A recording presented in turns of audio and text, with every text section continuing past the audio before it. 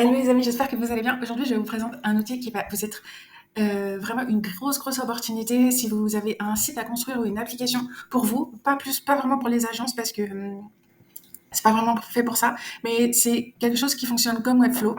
C'est-à-dire que vous avez un drag and drop builder, constructeur de pages, de sites, et un CMS aussi à côté. Vous pouvez aussi ajouter du code si vous voulez. Enfin, c'est un peu difficile à expliquer.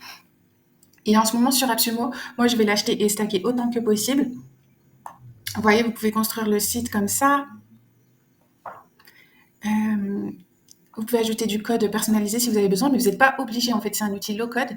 Ça veut dire que vous pouvez l'utiliser avec du code, mais vous pouvez aussi l'utiliser sans code. Et c'est ça la puissance de cet outil, c'est que vous n'allez pas perdre du temps avec du code. Même si vous êtes un développeur, vous allez juste aller directement droit au but et construire votre site. Mais si vous avez besoin d'ajouter des fonctionnalités, vous allez pouvoir rentrer dans le code à votre guise. Et c'est vraiment très bien fait. Je vais vous montrer directement la plateforme, donc ça s'appelle Diffhunt. Si je vais dans My Project, ça se présente comme ça. Ça a l'air de rien. Et pourtant, c'est une tuerie. Je suis trop contente d'avoir trouvé ça. Tu vois, tu peux créer un nouveau projet. Je viens de faire une démo pour la chaîne en anglais. Et je vais te montrer vite fait. Tu as toutes les informations sur ton site, évidemment, mais je vais te montrer que les choses vraiment importantes. Si j'ouvre le builder, je me retrouve donc avec un constructeur de pages, en fait, mais aussi un constructeur de site. Parce que comme tu peux le voir, tu as plusieurs pages et tu peux naviguer à l'intérieur comme dans Figma. C'est un canevas illimité et tu vas pouvoir, tu vois, zoomer absolument où tu veux. Et donc, c'est super pratique, tu vois. Tu n'as pas besoin d'aller chercher les pages, de changer de page, etc. Alors moi, ce que j'aimerais, voilà, quand tu cliques sur un élément, sur ta gauche, tu as tout un arbre qui apparaît avec tous les éléments HTML de ton contenu. Si tu ne connais pas l'HTML et que ça t'intéresse pas, tu même pas, t'as juste à l'utiliser comme ça, tu te prends pas la tête. Tu peux fermer, tu vois, tous les accordéons et tu vois pour chaque, tu as un contour qui se met en couleur. Donc là, c'est la section. Ensuite, juste en dessous, tu as encore une espèce de conteneur. Ensuite, tu as une grille. Ensuite, tu as encore une div, donc juste une case en fait. Ensuite, tu as encore une case parce que vraiment, il te montre tout le code. Ensuite, tu as un titre, une image et un paragraphe. Mais si toi, ça t'intéresse pas, tu as juste à ne jamais aller là-dedans, à part vraiment pour bouger les choses, tu vois, d'un endroit à l'autre. Et sinon, tu as juste à modifier les choses comme ça en double-cliquant et à modifier les couleurs et tout en allant sur la droite. Dans Design, tu vois, tu peux modifier par exemple l'image, les couleurs, etc. Là, tu as accès à toutes les propriétés que tu peux imaginer. Et si tu as besoin de les modifier avec du code, tu vas là et tu trouveras ton code qui est synchronisé avec l'interface. Voilà, c'est un peu difficile à présenter en fait parce que autant ça peut être utilisé par un développeur web très expérimenté, autant ça peut être utilisé par n'importe qui. Et comme je ne sais pas qui tu es en face de moi, je ne sais pas trop comment présenter ça, tu vois, mais tu n'es pas obligé de rentrer dans le code. Tu peux rester de loin comme ça. Tu as ton arbre juste pour voir où les choses se placent. Et donc, tu vois, si on va dans page, tu peux, tu peux désactiver ou non des pages pour pouvoir te concentrer plus voilà, sur ce que tu es en train de faire. Et tu peux évidemment, une fois que tu es sur une page qui t'intéresse, tu peux évidemment rajouter des éléments quand tu vas ici. Tu as tout un tas d'éléments, des accordéons, des tables et tout ça. Ce sont des plugins qui sont déjà intégrés à Diffunt. Et tu as aussi déjà des blocs qui sont préparés. Donc, tu vois, si tu veux créer ton site comme ça, tu as juste à ajouter un nouveau bloc qui va se mettre juste en dessous. Tu vas pouvoir le modifier comme tu veux, des images, etc. sur la droite.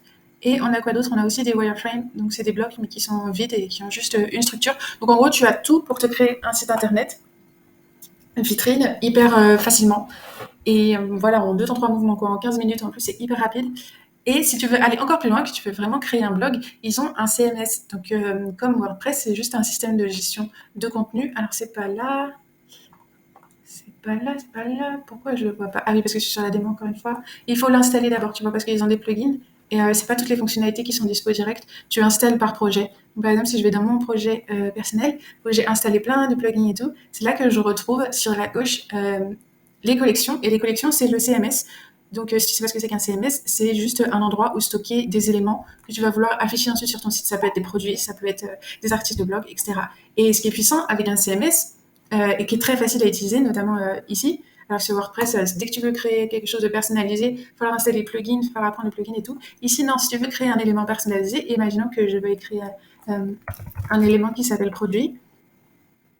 Hop, il s'affiche direct ici, j'ai juste à cliquer sur ce bouton et je vais pouvoir créer tout ce que j'imagine qui peut faire mon produit. Par exemple, numéro identifiant de mon produit. Je vais mettre évidemment un nom, je vais mettre une photo, média. Ok, je vais mettre peut-être une description courte. Description. Je vais mettre peut-être aussi une description longue. Et tu vois, tu choisis toi-même en fait le schéma, la structure de ton élément. Et tu choisis aussi comment ça va se présenter à toi. Par exemple, si je veux que la première chose, ce soit la description longue, j'ai juste à le mettre ici. Si je veux que ma description longue, elle fasse 50% de mon contenu, juste pour le back-end, pour l'interface d'administration, ça c'est uniquement administration, c'est pas quelque chose que le public va voir pour l'instant. Voilà, tu peux rajouter une autre table pour organiser ton contenu. Si par exemple là, je veux mettre les éléments de SEO, je peux rajouter une autre table SEO. Et la même chose, je vais rajouter, ça c'est une section, juste pour m'organiser. Et je vais rajouter par exemple un champ texte pour la description SEO par exemple. Donc, tu vois, si tu as besoin de rajouter des custom fields, c'est hyper facile, hyper rapide et hyper personnalisable. Enfin, franchement, c'est top. Moi, j'ai déjà plusieurs collections. J'ai les applications que je vais présenter sur mon site. J'ai mes custom fields, name, slug, lieu, pays, URL, catégorie, etc. J'ai aussi article de blog et j'ai aussi page. Et comme tu vois, c'est très très rapide à charger. Ça, c'est ce que j'aime beaucoup parce que moi, j'avais tout sur Notion. Mais Notion, c'est, voilà, pour cliquer sur une page comme ça, Notion, c'est minimum 1 seconde 50 pour que ça s'ouvre. Donc, quand tu passes tout ton temps à travailler sur le contenu de ton site et qu'à chaque clic, tu as 1 seconde, c'est juste pas possible. Donc là, c'est très très rapide. Et donc tout ça, ça va être ta base de données en fait. Et ta base de données, tu vas pouvoir la retrouver dans ton site de différentes manières. J'ai pas encore forcément creusé, mais là tu vois, je suis en train de construire donc une grille comme ça. Et là, je vais vouloir que chaque carte, en fait, elle aille chercher un élément de mon CMS, par exemple blog ou produit. Et donc ce que je fais, c'est que je clique sur carte comme ça et je vais aller dans les options sur la droite. Et là, tu vois. Alors attends. Même moi, je sais pas encore, j'ai pas encore réussi à le faire. Mais voilà, dans avancer, si je vais dans source, c'est là que je vais pouvoir choisir la source. Et moi, je vais vouloir que ce soit les apps. Et ensuite, j'ai pas encore creusé, je sais pas encore comment on fait. J'ai essayé, mais j'ai pas réussi. Mais en tout cas, c'est évidemment possible de afficher pour chaque carte un élément de mon CMS et faire la même chose avec le blog et tout. Et choisir quels attributs sont connectés à quoi. Tu vois, par exemple, là, j'ai une petite icône pour les réseaux sociaux. Je vais vouloir que chaque icône soit connectée à un élément de mon CMS qui va s'appeler LinkedIn, où il y aura une URL LinkedIn. Et je vais évidemment pas m'amuser à le faire pour chaque application, sachant que je vais en avoir des centaines. Donc, je vais juste aller ici et je vais cliquer là, je vais faire Select Source, Application, et je vais devoir connecter les attributs de mon CMS à cette image-là. Je ne sais pas encore le faire, mais ça, c'est possible et c'est la force d'un CMS et c'est la force d'une solution toute connectée comme ça avec un CMS directement. Tu n'as même pas besoin d'entrer dans l'API. Donc, ça veut dire que tu peux faire des trucs de ouf en fait. Tu peux vraiment construire des applications sans compter sur le fait que tu peux ajouter des animations. Comme tu vois là, j'ai une petite animation, mais surtout, tu peux ajouter des fonctionnalités extérieures. Tu vois, si jamais tu as vraiment besoin de coder quelque chose que tu trouves pas, tu as juste à demander à un développeur. Et, euh, et voilà, tu as accès au code. Tu as du code ici, mais tu en as aussi ici, tu vois. Tu as le JavaScript que tu peux accéder directement. Donc, c'est le meilleur des deux mondes, en fait. Autant tu peux l'utiliser sans jamais avoir entré dans le code et garder juste les fonctionnalités de base qui sont déjà énormes si tu apprends tout. Évidemment, il y a une courbe d'apprentissage, surtout si tu pars de rien. Mais c'est la meilleure solution que tu trouves sur le web. C'est vraiment un mix entre les solutions drag and drop, donc où tu fais les choses à la souris comme ça, et les solutions de développement avancé où tu as uniquement du code. C'est vraiment la jointure entre les deux. Et c'est pour ça que je suis super, super contente d'avoir trouvé ça parce que j'aurais pas pu rêver mieux. Et si tu vas sur Absolument, tu verras qu'ils ont 93 reviews positives, même 98, de 5 sur 5 où tout le monde dit que c'est une pépite, game changer, que tu vas absolument pas louper ça, tu vas regretter tout.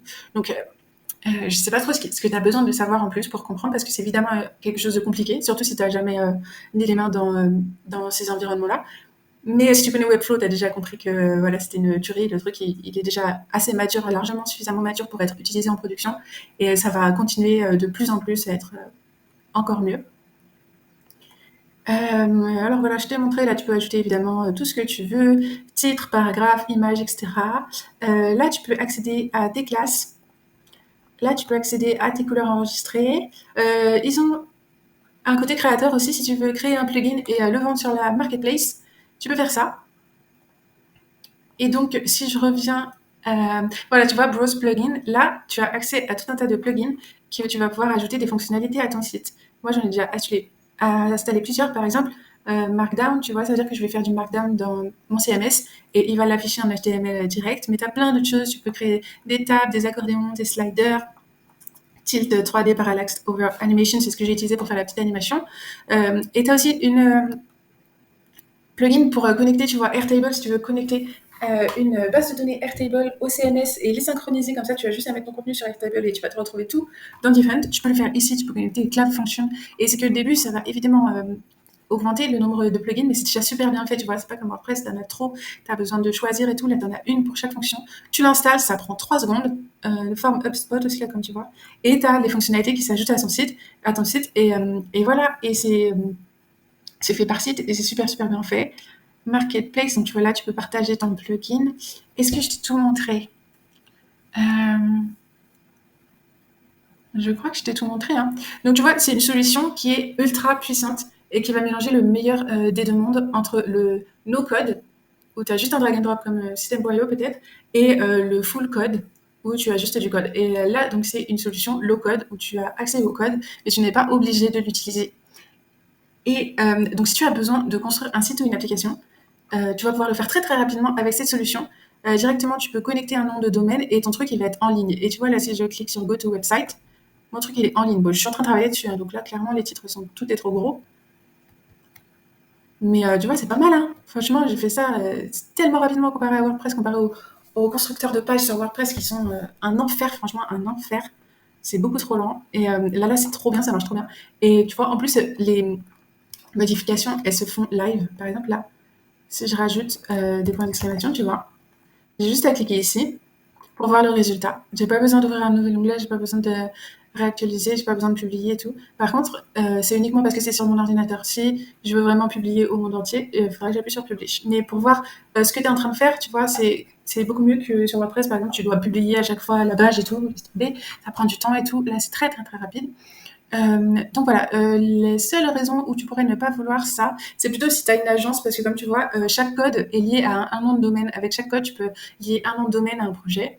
Et parce que eux, ils ont des coûts, donc malheureusement, ils peuvent pas augmenter. Donc voilà, si tu as besoin d'un site, tu prends un code. Si tu as besoin de deux sites ou deux applications, trois applications et tout, et ça se fait comme ça.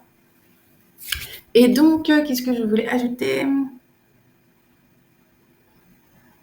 Oui, tu peux aussi. En fait, en vrai, si tu as une agence, ça va te servir aussi parce que bientôt, ils vont sortir la fonctionnalité où tu vas pouvoir exporter ton code, en fait. Tu vas pouvoir exporter les fichiers HTML et tout de ce que tu as construit avec le builder et tu vas pouvoir les héberger tout simplement là où tu veux ou même sur un Netlify, par exemple, où ce sera totalement gratuitement. Donc, tu peux contourner ça, tu peux créer autant de sites que tu veux, mais il y a une petite étape technique à faire pour pouvoir les publier et du coup, tu devras le faire à chaque publication. Donc, c'est pour les sites uniquement que tu n'as pas besoin de les mettre à jour souvent. Sinon, ça va être casse-tête. Je crois que je t'ai dit tout. Tu vois, pour le premier plan, tu as 2000 éléments dans le CMS. Donc, c'est-à-dire que je vais pouvoir rajouter 2000 produits ou bien 2000 articles de blog. Enfin, c'est énorme, c'est largement suffisant. Tu as un CDN global. Tu vas pouvoir avoir 2 gigas pour tes images, tes vidéos que tu vas mettre là-bas, ton contenu et tout. Tu as aussi donc tes formes, comme tu as vu, tu vas pouvoir les relier directement. Enfin bref, j'ai essayé de faire le tour. C'est un outil qui est compliqué, donc si tu as des questions, n'hésite pas à poser en commentaire ou à venir me voir sur les réseaux sociaux, je t'expliquerai. En tout cas, je voulais absolument faire cette vidéo parce que les vrais savent, ceux qui utilisent Webflow ou quoi, et ils vont savoir. Et ils vont savoir que c'est un truc à absolument pas louper si tu as un site internet à construire ou une application. Euh, voilà, voilà, je te mets le lien en description et je te souhaite une super journée. À plus, ciao!